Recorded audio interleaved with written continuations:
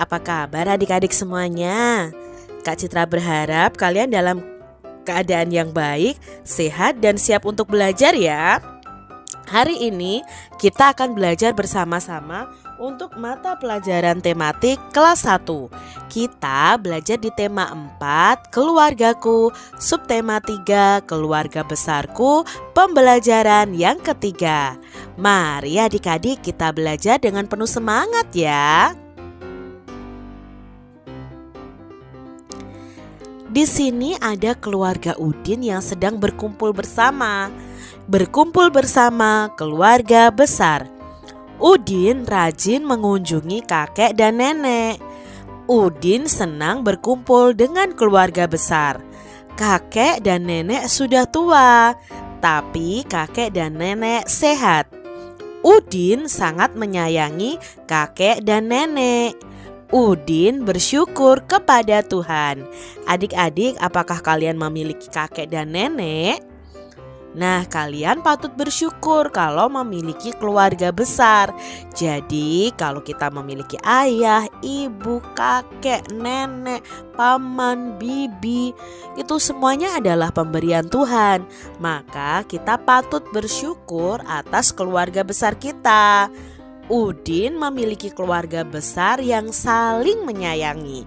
Jadi, kalian juga harus saling menyayangi ya. Pernahkah kamu berkumpul dengan keluarga besarmu? Pasti pernah ya adik-adik ya. Mungkin bisa berkumpul pada saat hari raya. Misalnya kalau umat yang beragama Islam pada waktu hari raya Idul Fitri berkumpul bersama.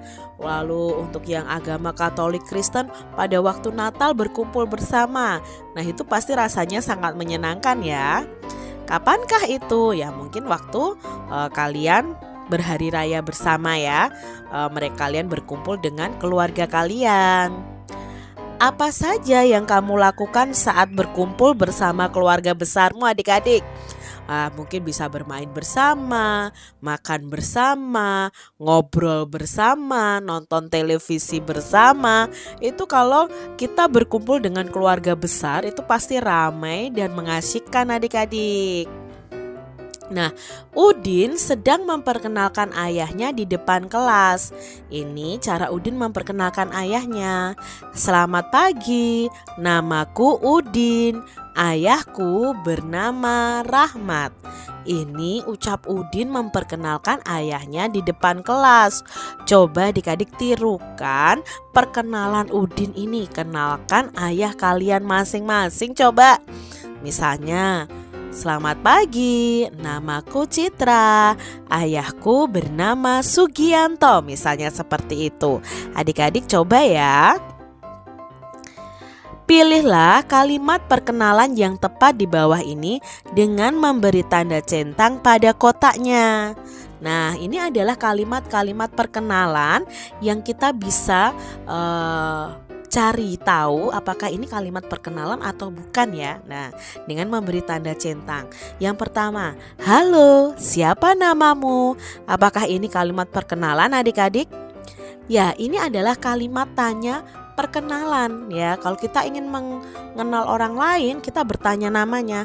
Halo, siapa namamu? Seperti itu.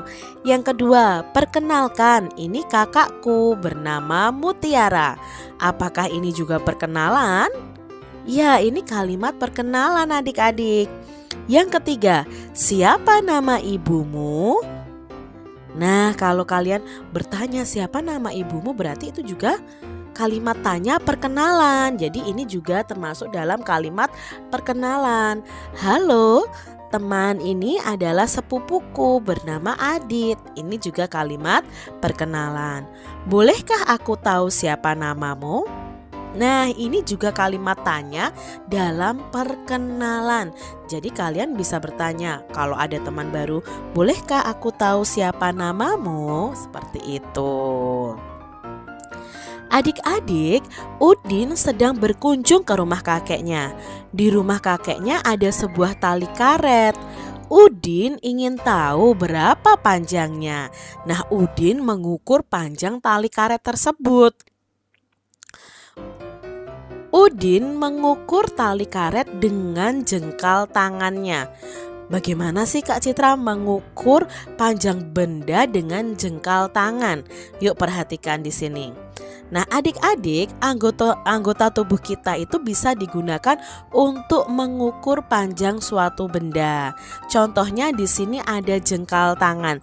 Jadi jengkal tangan itu tangan kita rentangkan dari jempol sampai ujung kelingking, itu namanya jengkal tangan.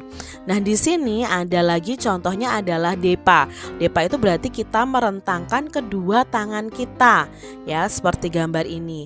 Lalu kita bisa mengukur panjang benda itu dengan langkah kaki. Bisa juga dengan menggunakan alat bantuan tali. Nah, selain itu di sini ya adik-adik ya, ini loh ukuran depa tuh yang ini ya. Dari ujung jari tangan sebelah sini sampai jari tangan satunya ya. Lalu hasta, ukuran hasta itu dari siku sampai jempol kita ya adik-adik ya. Ujung jari tengah kita. Nah, ujung jari tengah kita sampai siku itu berarti ukurannya hasta. Sedangkan untuk ukuran jengkal itu dari kelingking sampai jempol atau dari jempol sampai kelingking, itu namanya jengkal. Coba adik-adik hitung panjang meja kalian dengan ukuran jengkal. Ada berapa jengkal ya ukurannya? Ukurlah benda-benda yang ada di sekitarmu. Gunakan jengkal tangan untuk mengukurnya. Nah, coba kalian buat tabel seperti ini adik-adik. Nama bendanya apa dan panjang benda dalam jengkalnya berapa. Contohnya di sini ada pensil.